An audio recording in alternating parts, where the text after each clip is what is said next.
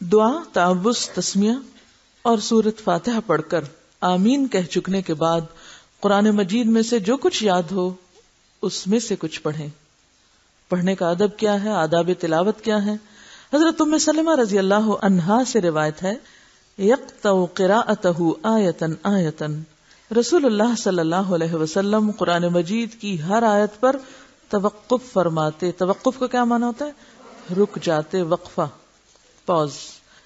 بعد والی آیت کو پہلی آیت کے ساتھ نہیں ملاتے تھے، جیسے الحمدللہ رب العالمین الرحمن الرحیم مالک یوم الدین. اس طرح پڑھنے سے اور الحمدللہ رب العالمین الرحمن الرحیم مالک یوم الدین، دونوں میں فرق کیا ہے؟ خشوع پہ فرق پڑے گا.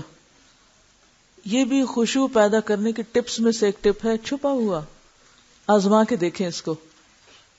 اچھا، ہماری نماز میں خشوع کیوں نہیں آتا؟ ہم ایک سانس میں سبحانک اللہ سے قل هو اللہ تک جاتے ہیں، رکے بغیر، بس رٹا لگا کے تیزم تیز پڑھ کے آگے نکل جاتے. آج سے کوشش کریں ہر آیت پہ رکنا ہے، پھر آپ دیکھیں کیسے نہیں کنسنٹریشن آتی، کیسے نہیں خشوع آتا، کیسے نہیں توجہ ہوتی.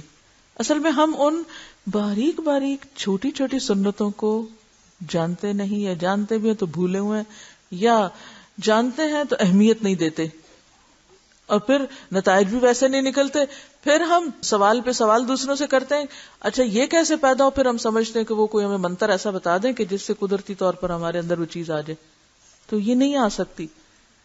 ان تمام چیزوں کا جو ہم سے اللہ تعالیٰ کو مطلوب ہے، ان کو لانے کا، ان کو کرنے کا طریقہ صرف ایک ہی، اور وہ نبی صلی اللہ علیہ وسلم کا طریقہ ہے.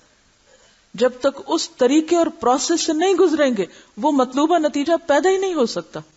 اور جب تک ہمارا یقین نہ ہو اس بات پر اور ہم سمجھے کہ ہم آنکھیں بند کر کے خشوع لے آئیں گے، یہ غلط ہے. کیونکہ بہت سارے لوگ اس پر اصرار کرتے ہیں، نہیں جو آنکھیں بند کر کے ہمیں مزہ آتا ہے وہ کھول کے نہیں آتا، اور ہمیں کرنے دیں، اور جواز تلاش کرتے ہیں اور کسی صورت مان کے نہیں دیتے. وہ سمجھتے ہیں کہ خود ساختہ طریقوں سے ہم زیادہ دین کی سمجھ پیدا کر لیں گے، یا زیادہ ہم اپنے اندر خشوع و خضوع اور ایمان اور تقوی پیدا کر لیں گے، جو کہ ایک غلط خیال ہے.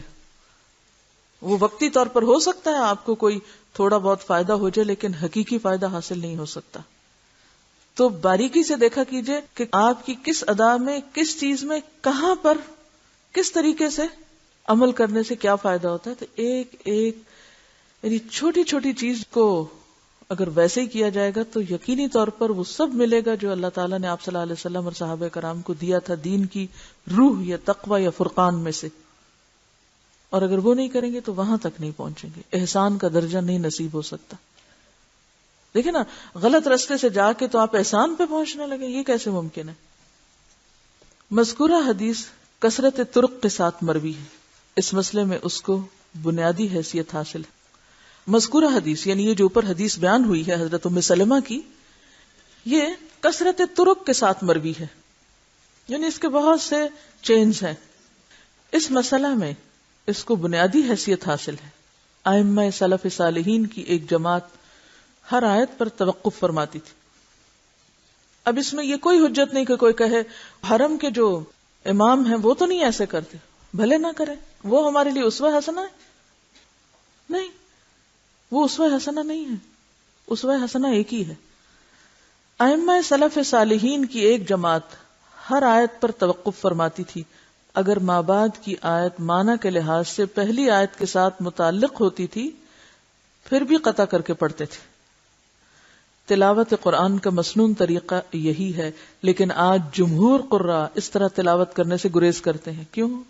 دیر لگتی ہے.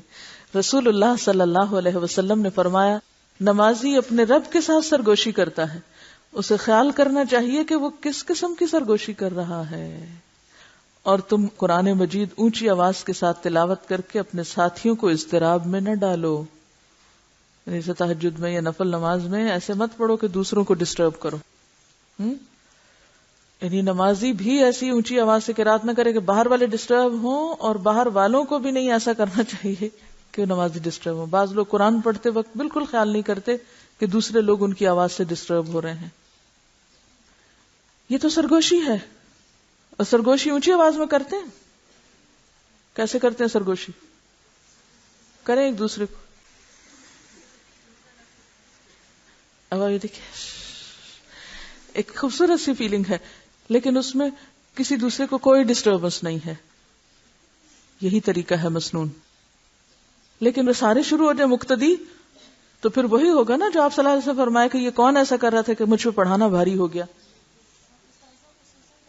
خصوصاً تراویح کے دوران اس قدر تکلیف ہوتی ہے کہ کچھ لوگوں کو سورت یاسین آتی ہوتی ہے اور وہ بالکل آگے نہیں جانے دیتے امام کو، اس کو بھلوا دیتے ہیں، الٹا مقابلے پہ پڑھتے ہیں.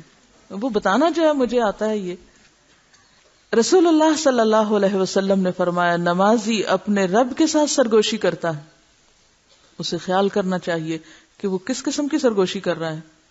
اور تم قرآن مجید اونچی آواز کے ساتھ تلاوت کر کے اپنے ساتھیوں کو اضطراب میں نہ ڈالو. رسول اللہ صلی اللہ علیہ وسلم اللہ کے حکم کے مطابق آہستہ آہستہ قرآن پاک کی تلاوت فرماتے، بلکہ ایک ایک حرف الگ الگ پڑھتے. یوں معلوم ہوتا ہے کہ چھوٹی سورت لمبی سورت سے بھی زیادہ لمبی ہو گئی. کیا ہوتا تھا؟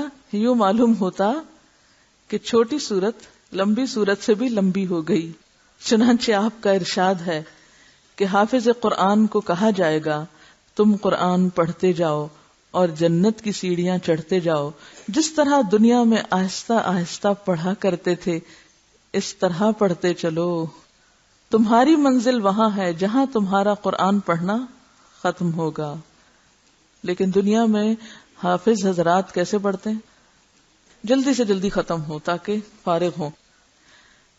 رسول اکرم صلی اللہ علیہ وسلم قرآن کو اچھی آواز سے پڑھنے کا حکم فرماتے، اس لیے کہ خوبصورت آواز کے ساتھ قرآن پڑھنے میں مزید حسن پیدا ہوتا ہے.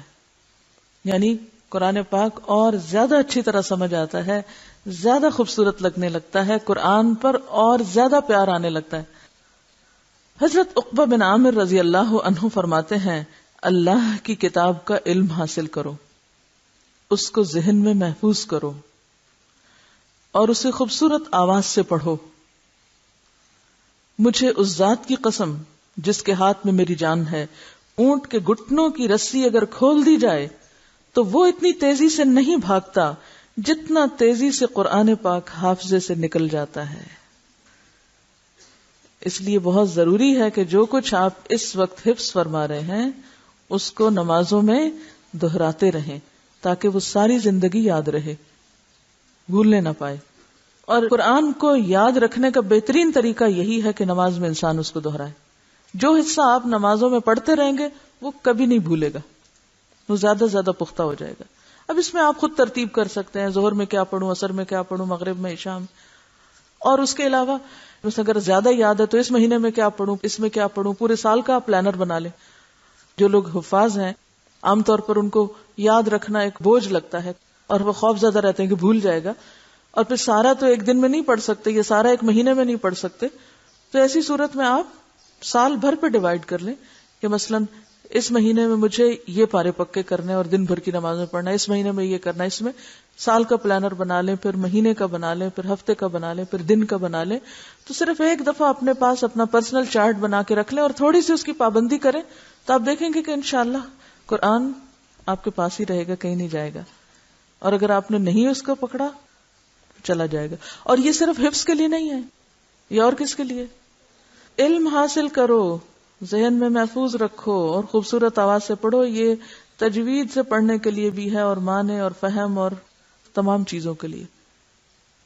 نبی صلی اللہ علیہ وسلم نے فرمایا اللہ تعالیٰ کسی آواز کے لیے اس قدر کان نہیں لگاتا جس قدر وہ اچھی آواز کے ساتھ قرآن پاک پڑھنے پر لگاتا ہے. یعنی خوبصورت آواز سے جب اللہ کا کلام پڑھا جائے تو اللہ تعالیٰ سب سے زیادہ اس شخص یا اس محفل کی طرف متوجہ ہوتے ہیں. یعنی کوئی آواز اللہ تعالیٰ کو اس طرح اپنی طرح متوجہ نہیں کرتی جتنا کہ خوبصورت آواز میں پڑھے ہوئی قرآن. وآخر دعوانا ان الحمد للہ رب العالمین. سبحانک اللہم وبحمدک نشہد ان لا الہ الا انت نستغفرک ونتوب الیک.